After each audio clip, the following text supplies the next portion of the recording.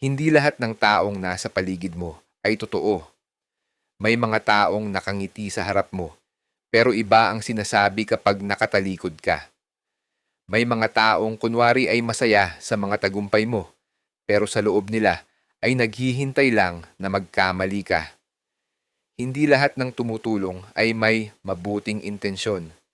Minsan, lumalapit ang iba para malaman ang mga kahinaan mo. Kapag nakuha na nila ang tiwala mo, doon nila ito ginagamit laban sa'yo. Kaya, huwag basta-basta magtiwala sa lahat. Hindi dahil mabait ka, ay mabait na rin ang lahat ng makakasalamuha mo.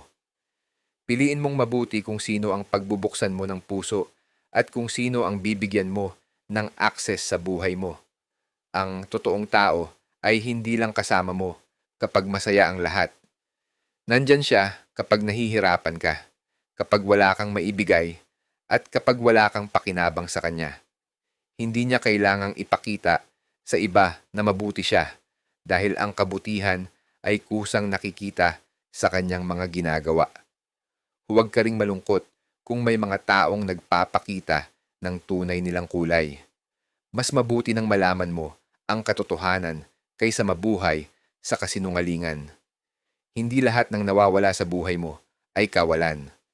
Minsan, proteksyon iyon para sa mas maayos na kinabukasan. Tandaan mo, hindi mo kailangang magkaroon ng maraming kaibigan.